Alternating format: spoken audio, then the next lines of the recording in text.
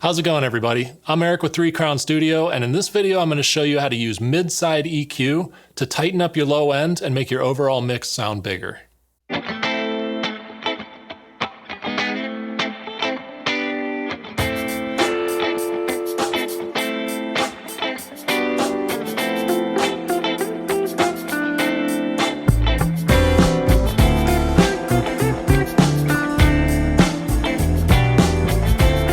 Okay, so before we jump into our session, I want to take a quick minute just to talk about what it means to do mid-side processing.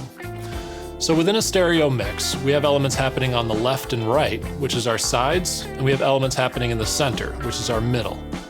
Now, typically when you put an EQ on the master bus, any changes that we make will affect everything in our mix. However, by using mid-side EQ, we can choose to affect only what's happening on the sides and leave our center intact, or we can affect only what's happening in the center or our middle and leave the sides intact.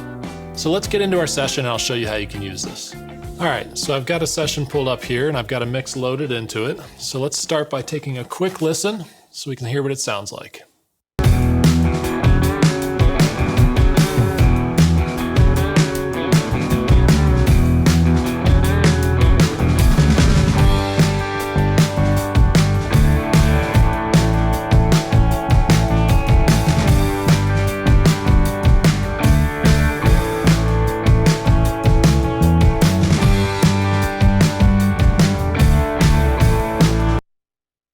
Okay, so drums, bass, some nice stereo wide guitars.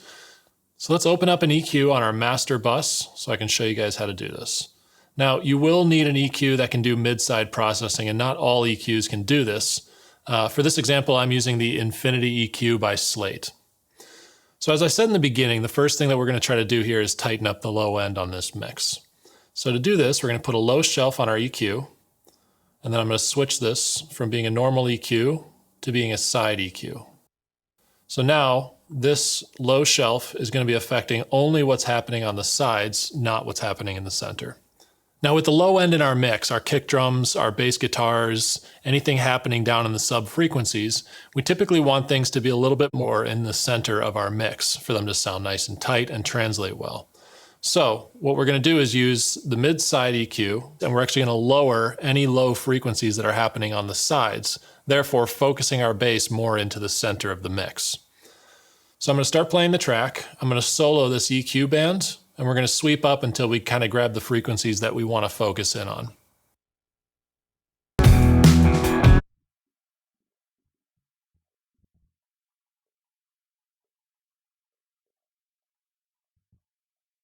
Okay, so right there at about 80 hertz, we're getting a lot of the low end, but we're not quite getting into any of the attack of the kick or anything like that. Again, we just want to really focus in our sub lows. So I'm going to play the song again, and we're going to pull down this EQ band, therefore only lowering any of these frequencies that are happening in the sides, not the center.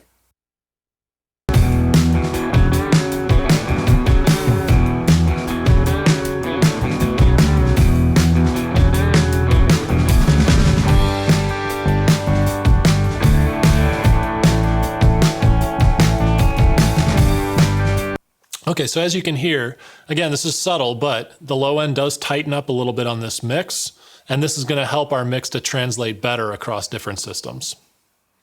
So now let's take a look at the high end of our mix, the high frequencies. If we take a high shelf, and again, make this just a side EQ band, and this time we're going to do something similar, but instead of bringing down the sides, we're going to boost them up a little bit, and therefore it's going to bring up the high frequencies only on the far left and right, which is going to make our mix sound a little bit wider and larger. So let's first start playing the mix. Again, we're going to sweep and sort of find the frequencies that we want to push up, and then we'll push them up.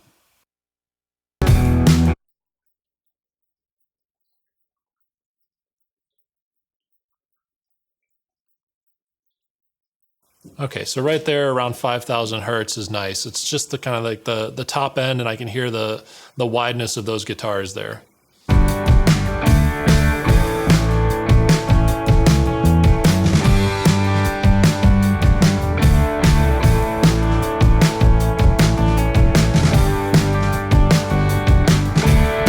All right, so let's just do a little bit of before and after so you can hear the difference.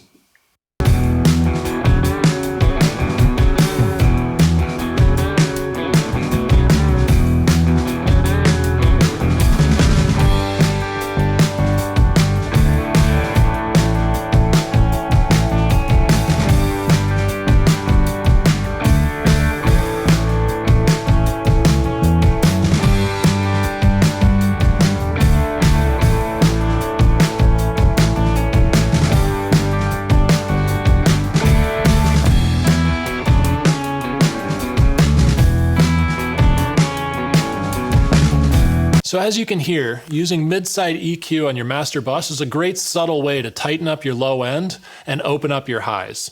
That way your mix will translate better from system to system and overall just sound a little bit more open on the top end. If you have an EQ that can do mid-side, I highly recommend that you try this on your next mix. And if you do, let me know in the comments section down below what you think. If you like this video, please give it the thumbs up. And if you haven't done so already, don't forget to hit that subscribe button, as well as the bell icon so you can receive notifications whenever new videos go live. As always, thank you guys so much for watching, and I'll catch you next time.